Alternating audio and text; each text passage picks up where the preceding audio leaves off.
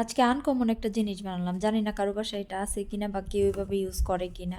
আজকে ব্লেন্ডার মেশিনের কাভার বানাইলাম। নতুন কাপড় দিয়ে নিজের আইডিয়া মতো ব্লেন্ডার মেশিনের কাভার বানিয়ে নিলাম।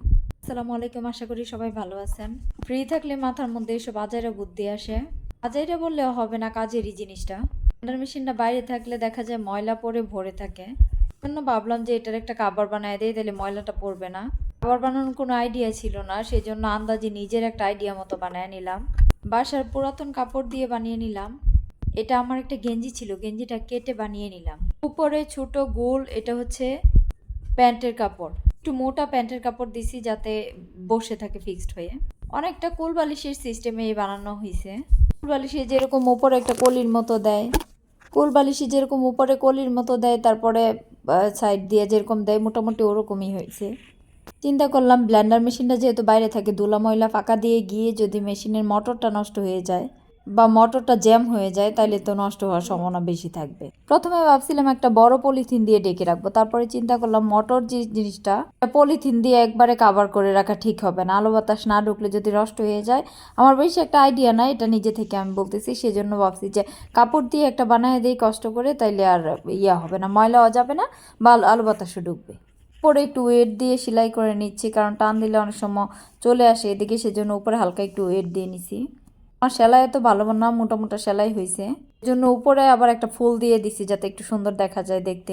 সুন্দরের চেয়ে জিনিসটা অনেক কাজের, তারপরে সুন্দর দেখা যাইলে একটু ভালো লাগে জিনিসটা। হাতে সেলাই করা কষ্ট আছে, মেশিন দিয়ে তো 2-1 মিনিটে হয়ে যায়, কিন্তু হাতে সেলাই করতে অনেক কষ্ট হয়। এখানে আমি সাদা একটা শপিং ব্যাগ দিয়ে ফুল বানিয়ে নিব উপরে দেওয়ার জন্য। ইউটিউব থেকে দেখে একটা ফুল বানাবো। শপিং ব্যাগটা চারকোনা করে কেটে নিচ্ছি, অনেকগুলো পিস করে নিচ্ছি। এখন ফোল্ড করে করে বেঁধে নিব সুতা দিয়ে মাঝখানে। এটা আমি ইউটিউব থেকে দেখে দেখে বানাচ্ছি। এটা আবার কেউ টিস্যু পেপার মনে করেন না, এটা সাদা শপিং ব্যাগ, পাতলা একটা শপিং ব্যাগ নিচ্ছি সাদা। মাঝখানে বেঁধে নিব, মাঝখানে বেঁধে আলাদা আলাদা পার্ট আলাদা আলাদা করলেই ফুল হয়ে যাবে। ব্লেন্ডারটা দেখা যায় 2-1 দিন পর পরই কাজে লাগে আমার, সেই জন্য আর বক্সের ভিতরে ভরি না, উপরে বাইরে রেখে দেই। ফ্রি থাকলে বসে শুয়ে থাকতে আমার ভালো লাগে না, যে কোনো একটা কাজ করলে আমার কাছে ভালো লাগে।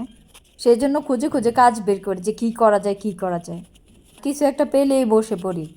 এরকম ছোট ছোট কাজ করতে আমার ভালো লাগে।